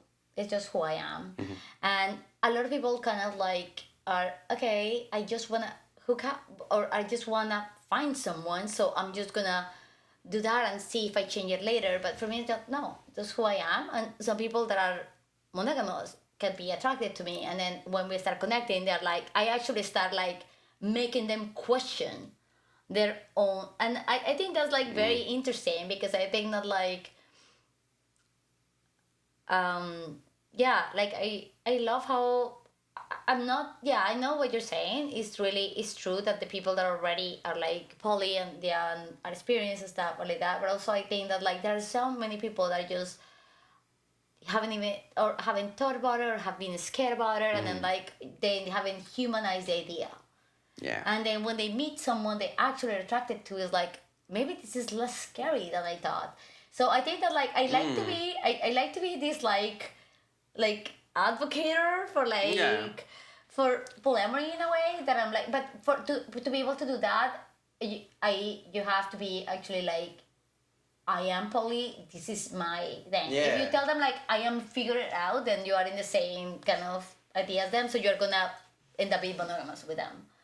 But Yeah. when I am like, no, this is who I am, and if we are even considering this, then maybe you have to question some of your ideas. And it's very interesting because I've been there, and there is a lot of people that just needed that. Because this is I'm verbal. I just kind of like being a devil's advocate in the whole Yeah. subject. Of course, there are people that just want to be monogamous, and it's true. I don't mess with that. If someone is just monogamous, I just don't even go there, because we don't have the same goals. Why would I put myself? I am not gonna become monogamous. They're not gonna become poly.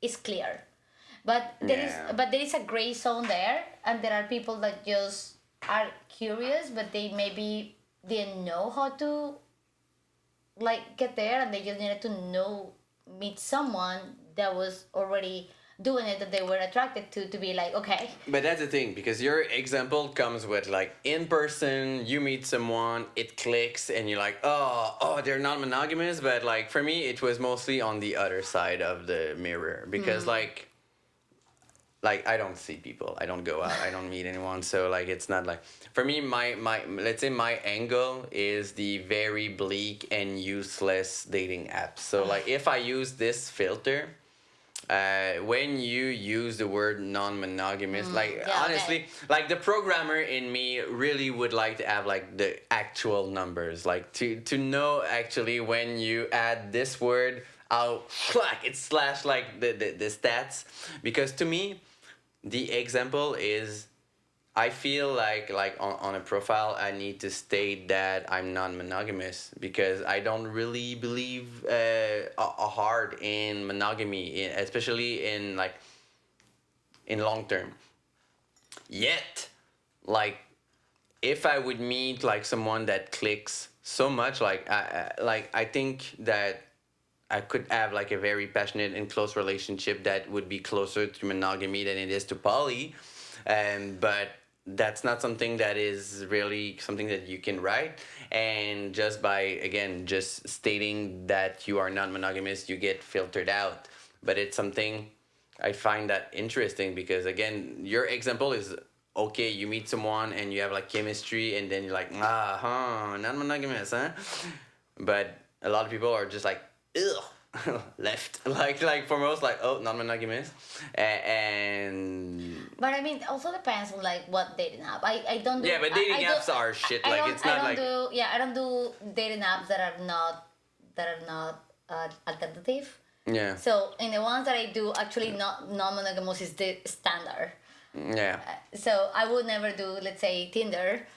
Fuck that, because it does nothing for me. Well, they are more like, to me, Bumble is more useless than Tinder. Well, they're all cute. Yeah, they're all useless. All, like I'm saying, useless. all I'm saying is like, because of my lifestyle, Yeah. I don't waste my time, so I go directly to the Yeah. apps that can like that. And I think we have to do that. We have to find, that's part of finding our tribe, our community. It would like, because it's too confronting to be all like, wow, I've been just rejected for being who I Yeah. am. Like But everyone's for me- swiping left. But for me, though, from my standpoint, like if it would not be through the prism of an app, I don't need the person to be alternative. I don't need the person to be like, honestly, like there was something about, for me, like what I would search for, like an energy, like there's something that But, that but what is alternative? Because alternative could be also like, the apps I'm talking about. Alternative also means that they don't conform yeah. to a lot of the things, right? They still they don't have to be God. They don't have to be fetish. Yeah, but they have like, but maybe. Some people want yeah. to explore. They want to like just someone that is open minded. Like to me, like a But good. we want open-minded people because if don't, like, that's terrible. Well, to me, like okay, let's say if we use the example of like kink or a goth or whatever, like most likely I know them. I know they exist. Like like in Montreal, like I know. I don't need this. Like there's something that for me, like I would like to meet someone that has like the same interest than I do. So lately I've been watching like so much cinema. I went to like Cinémathèque Québécoise. I went to like Cinéma Noir sur le Canal, and then you watch a movie in the dark with strangers, and then you leave. So it's not where you meet the love of your life, but my point is mostly like. It's just with a smaller pool. A smaller pool, and now like again, there's something about like the programming brain that just like you just start to see things as stats, like by just reducing the pool like that, and not only to reduce, but like within the smaller pool, like, and I know it's the same thing for you. Like we're still really selective. So under like this big filter, we have like a like a sub filter. We want the cream of like what is there. So at that point, it just leaves like 3 persons like in the old city, and then we slept with 3 of them. So like with 2 of them, and the other one is in a relationship with someone you friend. Listen, try to stay optimistic here, okay? You're not helping. But it's a reality. It's a and to me, I think it's worse because we are alternative. Because I think like we add like a layer on top of it. Because like it could be like a really like non-monogamous conversation, and it could be some like more broad. But for us, like to have at least like almost also like a layer of alternative, kinkish. There's some. But something redeeming Precise. that I have seen is like I know we have like this what is it in the God community, in the fetish community somehow, but like I also I never did dating apps really until recently. This very alternative app, and then I started actually Field, you can say it. Field. Yeah, but I actually I actually connected with people that were not part of any of those, and some of them I find that like I love that app, and I'm like I hope like you give us some money for this because like we're talking good about you. Field. So, like, Feel good. Make me feel good. So no, I never matched with one person. But I did, but a lot of the people there, I find that they are not even looking for partners. They're looking for connection. Yeah. And then one of the really, really, really amazing friends that I have right now, like it's this trans friend that I really love, and it's like, and we click, and immediately we were like, we're gonna be besties, and we're gonna just do ridiculous things, we're gonna have ridiculous adventures. It was just like right away, there was no romance. It was just like, oh, we're gonna be like silly. Yeah, we're gonna be silly. We're just gonna like go like increase adventures that we have, and it was so nice. I connected with someone I actually like romantically like clicked. It was nice. It also didn't work out, but it was fun. And also through that, but somehow like he's still a good friend, and I realized that there are a lot of people there that are in Montreal has a lot of very divided subcultures that like they're not necessarily together, and I find that it's very really fun to just like get to meet people there. Of course, like not everyone, but I'm saying that like okay, that if I can rescue an app, is that one because anything else was like horrible. But I'm just saying that like don't give up, babe. Yeah, well, to me, okay. And I can say this while brag a lot because like there's one thing that I noticed while we went out in a really hot club in Glasgow. Oh yeah, it's true. It happened, but in a way it was kind of a bummer because I was like, it's the same everywhere. But they were so hot. Everyone was so hot. It's it's subjective, but still for me it was just like ugh, and. To me it was like a little slap, like with hindsight, like after the fact, like so every like city, every place will have like a little agglomeration of alternative people, and in a way it is beautiful. It is nice that it happens like that, then everyone's scattered around and just like feeling alone and cutting themselves. But there is something though that for me, it's kind of a copy paste every place, that it doesn't make me feel like going, or like it's just, I think, and I had that kind of same, and that's something we talked about a lot, but like I don't have many alternative friends, but it's something that is challenging when I see a lot of like alternative, and then you kind of see some part of yourself, like you see some part of like, oh, you've been that person that I've been for most of my life, but in your life, and it's kind of fucks up like the sense of self a little, like You so. really? For me, it makes me feel that like Ugh. I'm not alone. Like, in a way. And for me, it's like the Spider-Man thing, like, and I hate that. Like, I'm like, for me, being my own, like, and something like, you see someone that kind of the way they talk or the way they had like shitty experience, like I had the same shit happen to me. But anyway, it was not about that, but it's just like, again, the agglomeration, the alternativeness, and again, polyamory I think is broader than that, but Of course, yeah. There are so many people that are no alternative. yeah, like, exactly. memory. But to me, Yeah. that's something that I'm ready to open myself to the world. To like, I really want to meet like awesome people, and I don't give a shit. They don't wear black. I don't give a shit. They don't Of wear course. vinyl.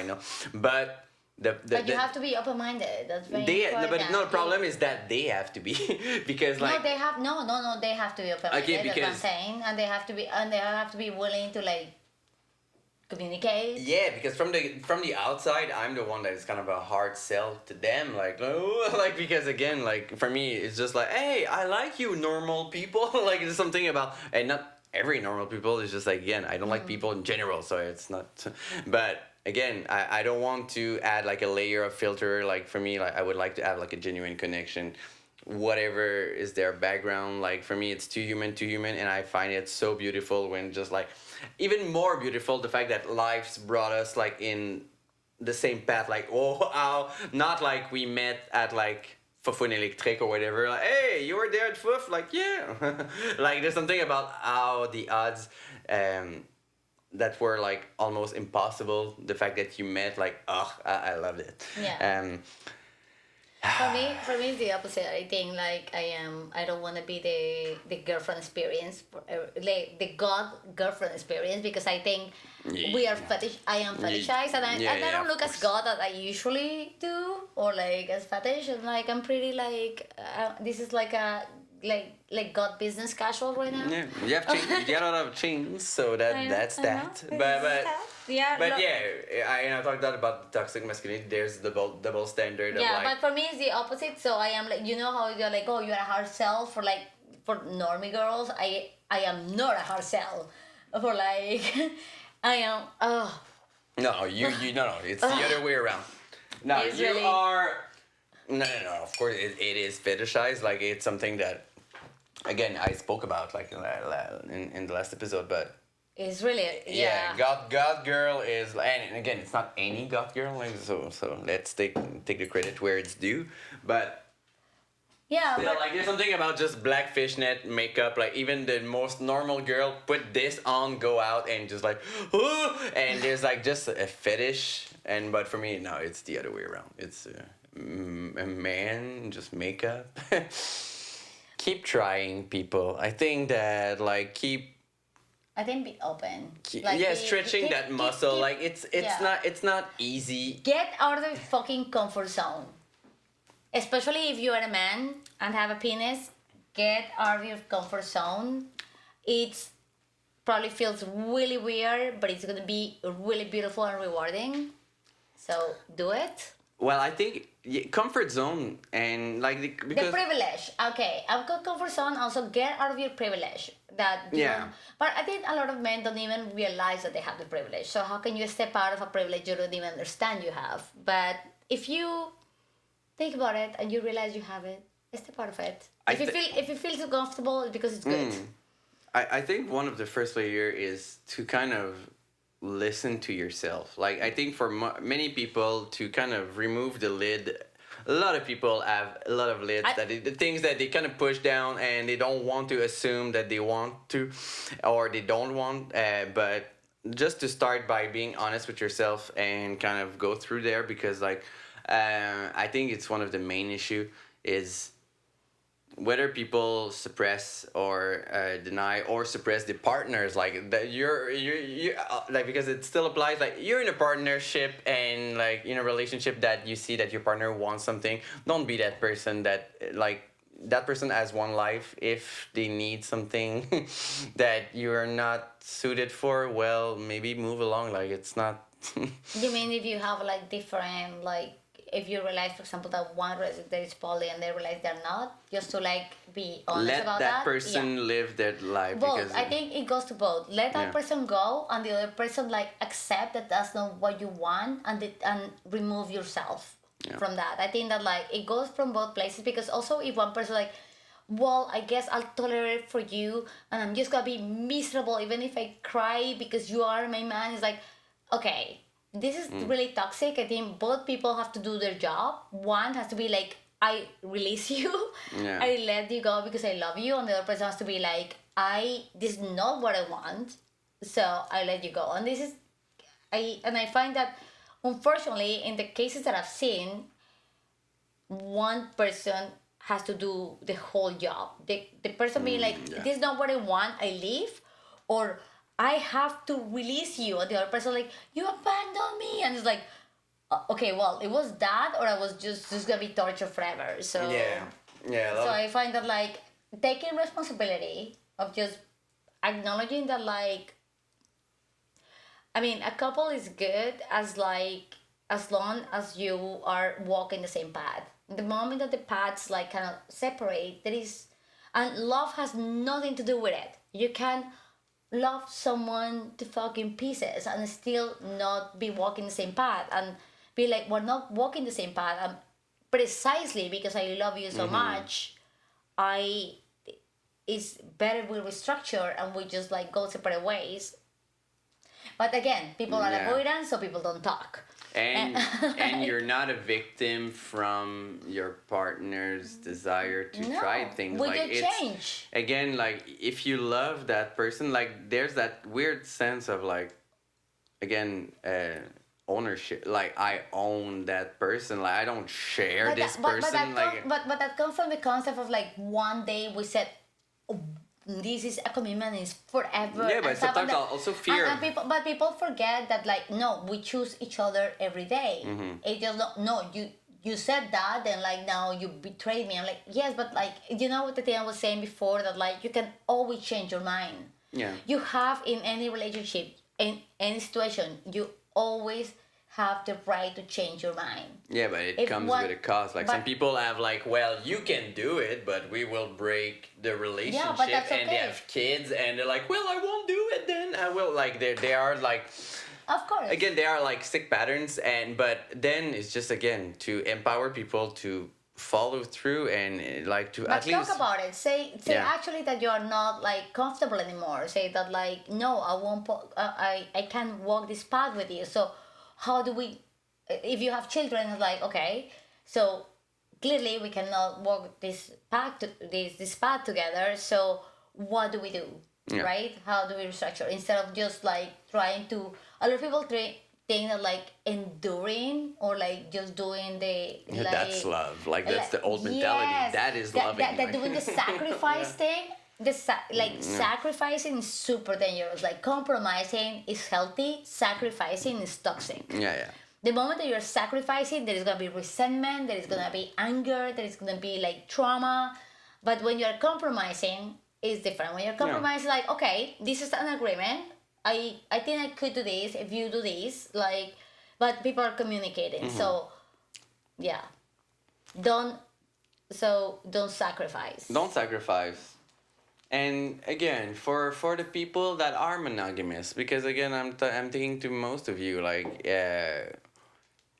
it's normal to have other desires that are outside of the realm of what you wanted years ago, and it's not a crime against the person that you love. Like it is normal to have different kind of Communicate. Yeah.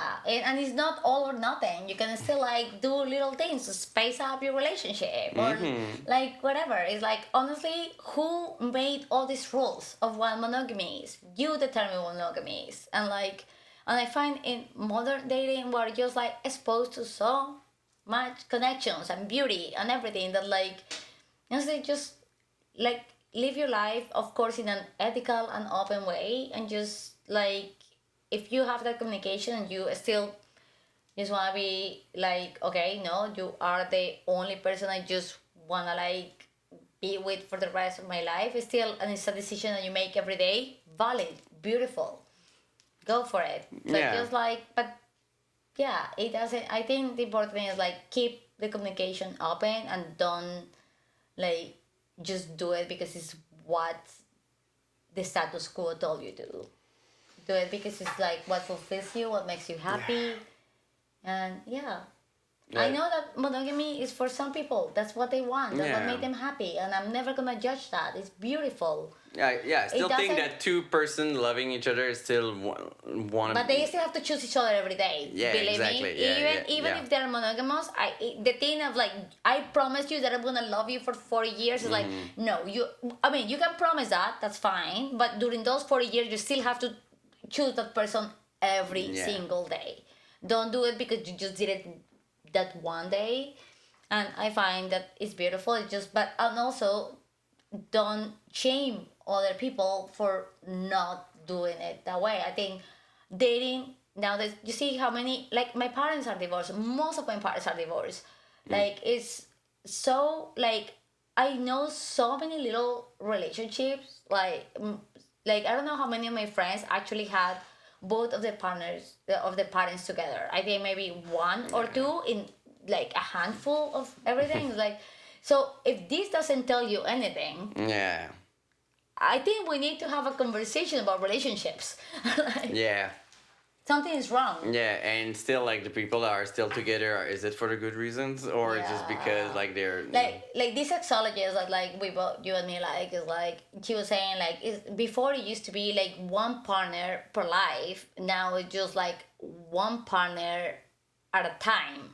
So like at the Still. same time, so that doesn't mean that like the fact that you don't have multiple partners simultaneously but you just keep on breaking up with people to have new relationships, that also is like why are we doing that, right? It's because we need connection but we still have the mentality of like monogamy. Yeah. We haven't talked about new relationship energy, but it will be another thing for another I time. I because, told you like, this could be a series. Yeah, but it's funny you say this because like for me We could make a series of this. because I do have like a list of different subjects that I want to talk about in my podcast, and there are so many that I think each of them could be a series because like there are reasons why I course. picked them, and the point of the podcast is to kind of tackle them through like a prism from different angles.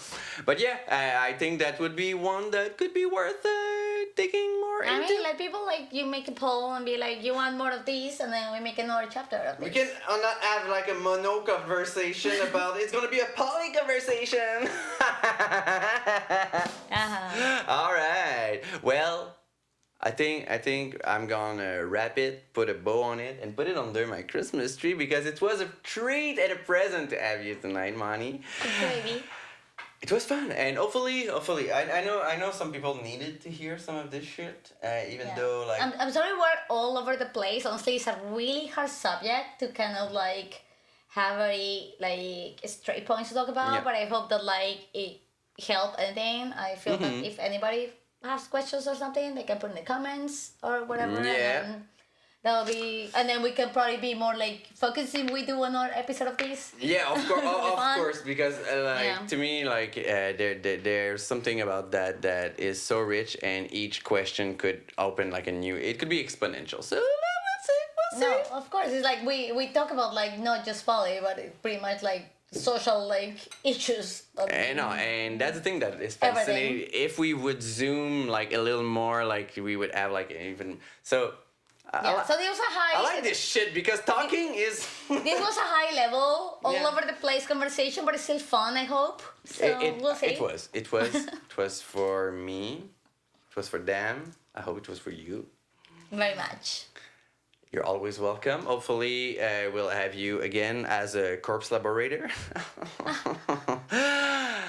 Thank you all, and I think we broke a record. This one, I'm pretty sure, is gonna be the longest one, and I was. I mean, probably you're gonna like cut some of it. We'll see. Yeah, it's gonna be a circumcised, but it's still. I'm pretty sure it still will be the longest and the thickest podcast of them all. Thank you all for listening to us. We will meet you soon enough. I wish you all a happy holidays. Is it? Yeah. Merry Christmas. So probably, are you gonna edit this before that? Yeah. Well, if that happened, I hope you had like amazing holidays. Yeah, Felix. In case it happened Navidad. in the past. Yeah. Y Año Nuevo. Okay. Thank you everyone, and we will see you again. And it's a cut. It's a sloppy game. Thank you for having me, baby. Thank you for coming. Thank you. Bye, everyone.